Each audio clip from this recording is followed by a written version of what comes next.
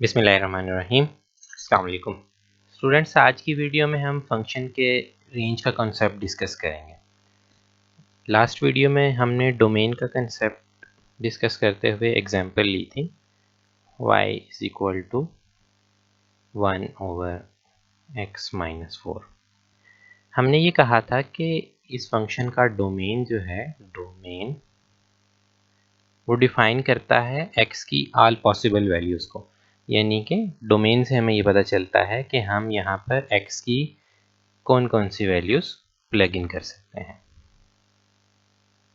Range का जो concept है वो डोमेन का ही काउंटर पार्ट है। डोमेन जो है वो x के लिए हमें डिफाइन कर रहा है कि हम कौन कौन सी वैल्यूज़ पॉसिबल हो सकती हैं हमारे फंक्शन में x की, जबकि रेंज जो है वो यही काम y के लिए करती है। यानी रेंज हमें ये डिफ़ाइन करती है कि y की कौन कौन सी वैल्यूज़ हमें इस फंक्शन से पॉसिबली मिल सकती हैं।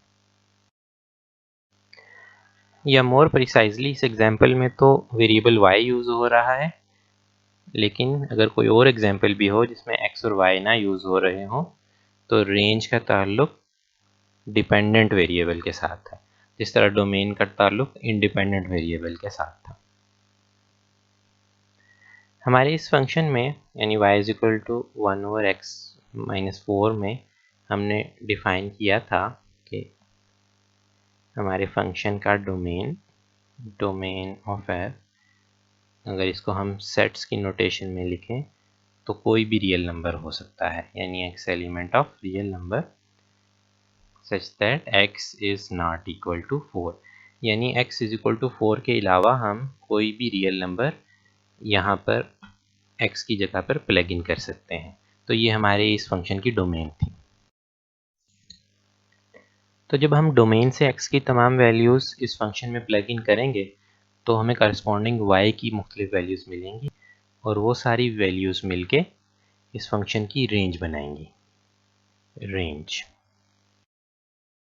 अपनी इस एग्जांपल में अगर हम x की कोई वैल्यू 4 के बहुत करीब करीब इनपुट करें, जैसे x इज इक्वल टू 4.00001, तो हमें इसके करस्पॉन्डिंग y की एक बड़ी वैल्यू मिलेगी। यहाँ पर y is equal to 100,000।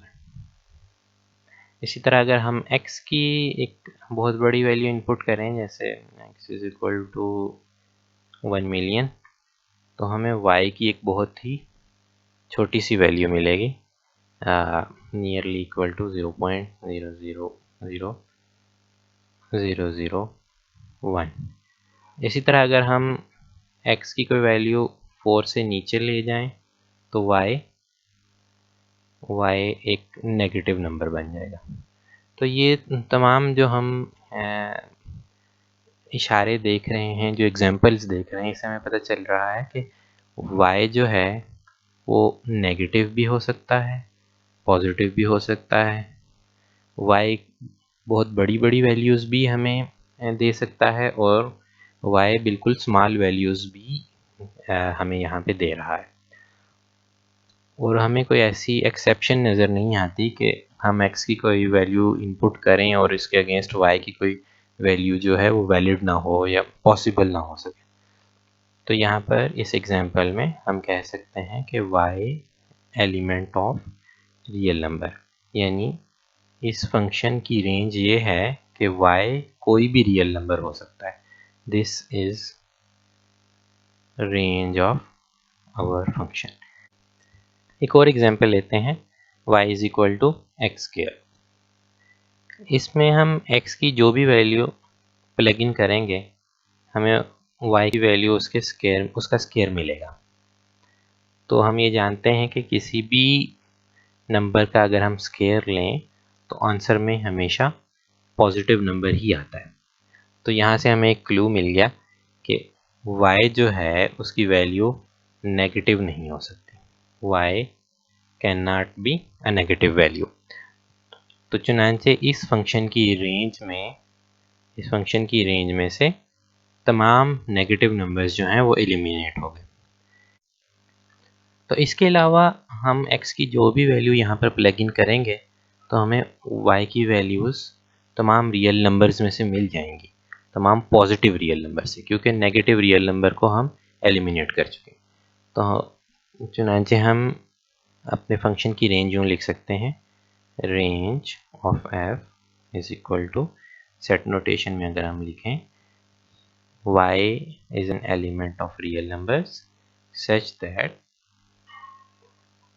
y is greater than or equal to 0, यानी तमाम पॉजिटिव रियल नंबर्स। एक और शॉर्ट फॉर्म में हम इसको यूँ लिख सकते हैं, y is an element of positive real numbers. तो स्टूडेंट्स, होपफुली रेंज का कंसेप्ट आपकी समझ में आ गया होगा। अगर इस कंसेप्ट के मतलब आपके कोई क्वेश्चंस हैं तो आप कमेंट्स में उन्हें पूछ सकते हैं।